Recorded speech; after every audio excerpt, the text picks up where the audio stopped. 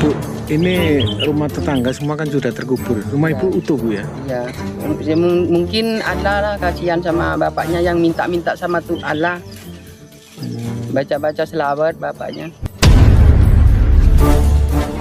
Karena saya itu bikin rumah itu bukan dapat dari tambang pasir. Saya hasil keringat saya sendiri.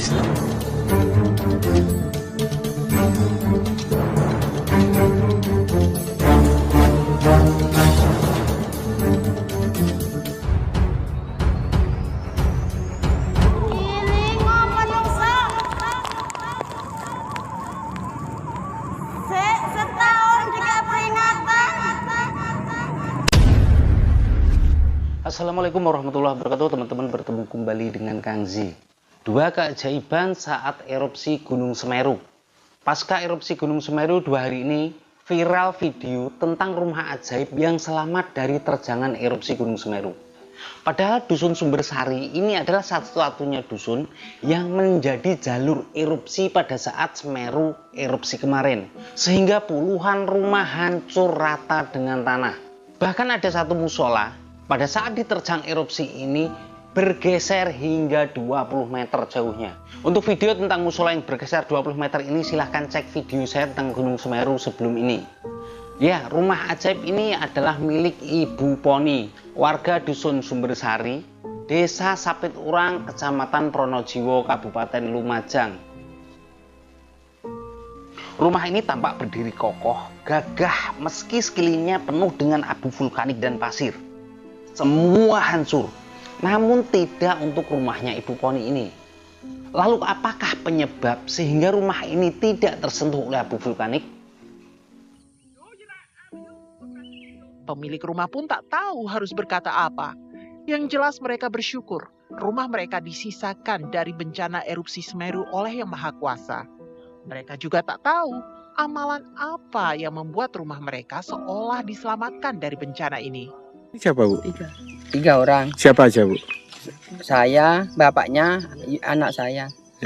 Bu, ini rumah tetangga semua kan sudah terkubur. Rumah Ya. Ibu utuh, Bu ya? Iya, mungkin ada lah kasihan sama bapaknya yang minta-minta sama tuh Allah. Baca-baca selawat bapaknya. Tiap malam, Bu ya? Iya, kurang tidur bapaknya. Sekarang tinggal di mana, Bu? Di sekolahan. Di pengungsian, Bu ya? Pengungsian. Bu, gimana perasaannya ini bisa selamat dari bencana dan rumahnya utuh ini, Bu? Ya alhamdulillah. Sekarang saya tapi tetangga tak ada orang kan, saya ikut lari. Hari, Bu ya? Mau tidur sini tak ada lampu.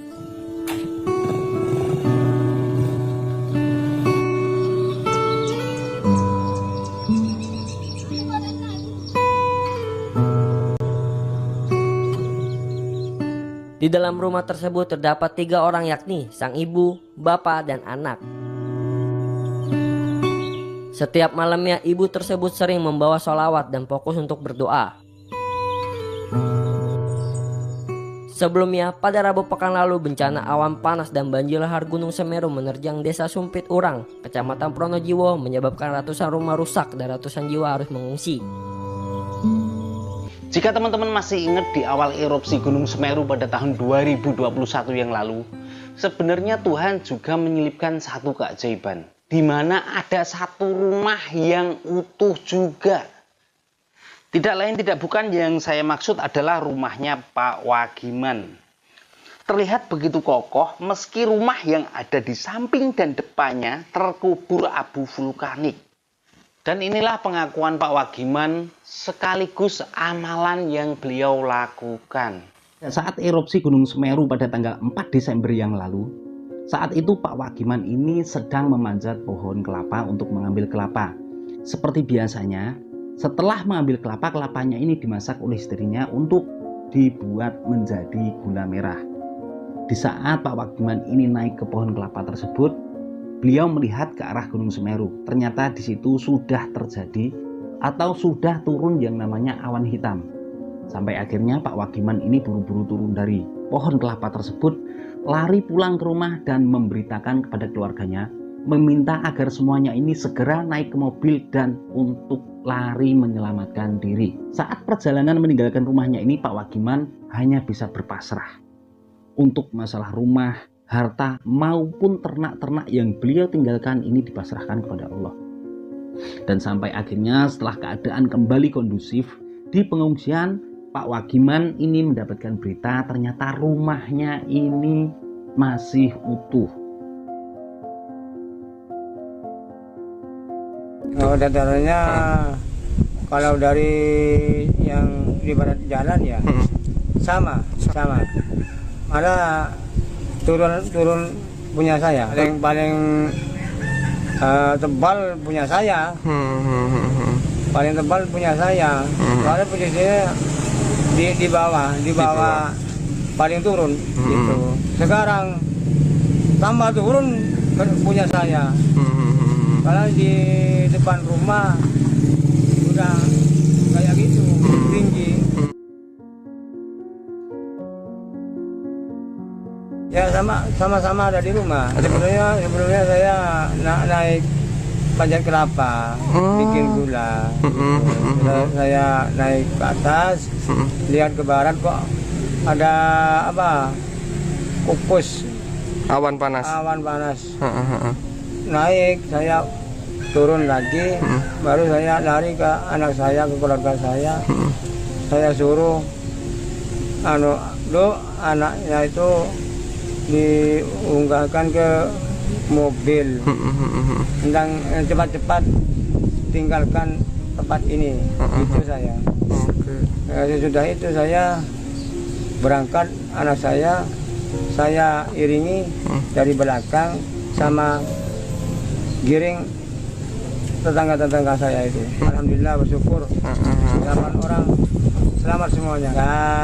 Apa itu erupsi itu nggak masuk ke rumah saya. Ya nggak kaget. Yang kaget kepada tetangga saya. Masyarakat ya. Punya tetangga saya kok hancur semuanya. Kandang habis, musola habis. Kalau lihat saya pulang, lihat rumah saya utuh. Gitu.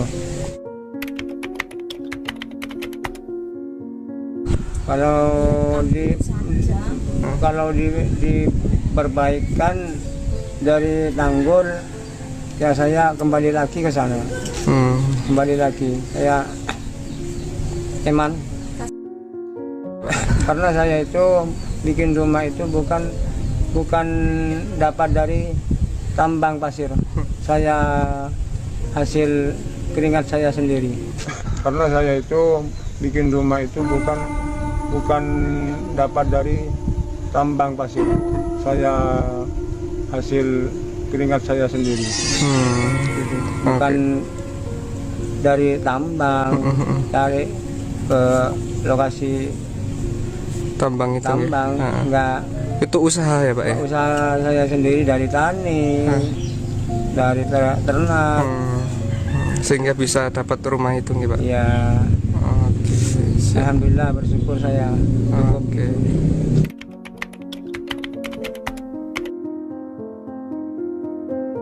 Kalau sudah disedekahkan jangan diungkit-ungkit lagi. Sama ada pemukiman di barat gunung sana. Katanya sudah diwakafkan, kok diungkit lagi sama anak cucunya. Ini itu yang nggak benar tuh. Ya malam saya itu bersama ya sholat lah 5 waktu. Ya, gitu. Yang rajin lah. Oke. Cuman ya lagi bersedekah lah. Kalau bersedekah jangan diingat-ingat ya. Artinya ikhlas gitu. Luar dalam yang baik lah. Ya sama tetangga.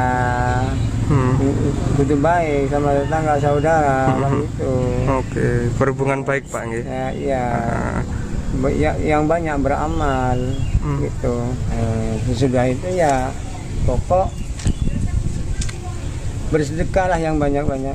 Oke. Apa yang dibutuhkan sama tetangga, ya kata tetangga saya beli, saya dikasih uang, nggak mau, saya ambil aja kalau mau, gitu saya.